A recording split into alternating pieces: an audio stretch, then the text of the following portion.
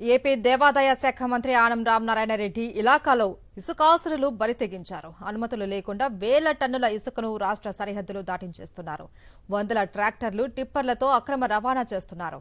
అధికారులు మామూళ్ల మత్తులో జోగుతుండటంతో ఇసుక అక్రమ రవాణా 3 పువ్వులు 6 కాయలుగా సాగుతోంది. నెల్లూరు జిల్లాలోని ఆత్మకూరు నియోజకవర్గంలో అక్రమార్కులు రెచ్చిపోతున్నారు. అనంతసాగర మండలంలోని పడమటి కంభంపాడు వద్ద పెన్నా నదిలో ఇసుక అక్రమ తవ్వకం, అక్రమ రవాణా యథేచ్ఛగా సాగుతోంది. అక్రమార్కులు భారీ యంత్రాలతో నదిలో ఇసుకను తవ్వేసి వందలాది టిప్పర్లలో లోడ్ చేసి రవాణా చేస్తున్నారు. సుమారు 20 అడుగుల మేర గుంతలు తీసి ఇసుకను ఇష్టారాజ్యంగా తరలిస్తున్నారు. ఆత్మకూరు నియోజకవర్గంలో ఇసుక అక్రమ రవాణా మంత్రి ఆనం రామనారాయణ రెడ్డి కనుసన్నల్లో జరుగుతోందని విమర్శలు ఉన్నాయి. మంత్రితో సదరు కాంట్రాక్టర్ ఒప్పందం కుదుర్చుకుని ఈ దందాకు పాల్పడుతున్నట్లు సొంత పార్టీ నేతలే చర్చించుకుంటున్నారు. మైనింగ్, రెవెన్యూ, పోలీస్ అధికారులకు నెలవారీ మామూళ్లు అందుతుండటంతో వారు ఈ పడమటి కంభంపాడు ఇసుక రీచ్ వైపు కన్నెత్తి చూడటం లేదు. పీకేపాడు పడమటి కంభంపాడు దగ్గర ఉండేటువంటి ఇసుక రీచ్కి అసలు అనుమతులు లేవు. అనుమతులు లేకుండానే ఒక ఇష్టారాజ్యంగా ఆడ పెద్ద పెద్ద హిటాచీలు పెట్టి పెద్ద పెద్ద టిప్పర్లు తీసుకొచ్చి అక్కడ ఇసుకను డంపింగ్ చేసి తోలుతున్నారు. అసలు మంత్రి నియోజకవర్గంలో ఇక్కడ పర్మిషన్ లేకుండా ఎట్ట తీస్తున్నారని చెప్పి మేము సిపిఎం పార్టీగా డిమాండ్ చేస్తున్నాం.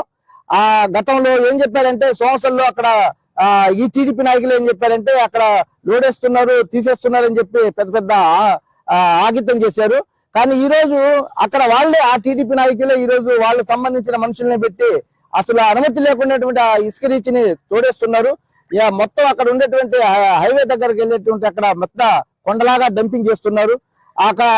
అనేక రాత్రుల్లో హిటాచీలు అలాగే ఇక్కడ నుంచి తీసుకుని చెన్నై, బెంగళూరు అనేక రాష్ట్రాలకి తరలిస్తున్నారు. అయినా ఇక్కడ ఉండేటువంటి అధికారులు కానీ మైనింగ్ అధికారులు కానీ చీమ కుట్టినట్టు కూడా వాళ్ళకి స్పందన లేదు. వాళ్ళకి పడమటి కంభంపాడు ఇసుక రీచ్ లో జేసీబీ యంత్రాలతో పెద్ద ఎత్తున అక్రమ తవ్వకాలు జరుగుతున్నాయి.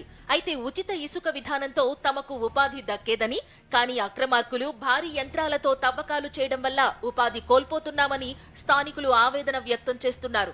భారీ వాహనాల రాకపోకల వల్ల తమ రోడ్లు కూడా దెబ్బతిన్నాయని ఆందోళన చెందుతున్నారు.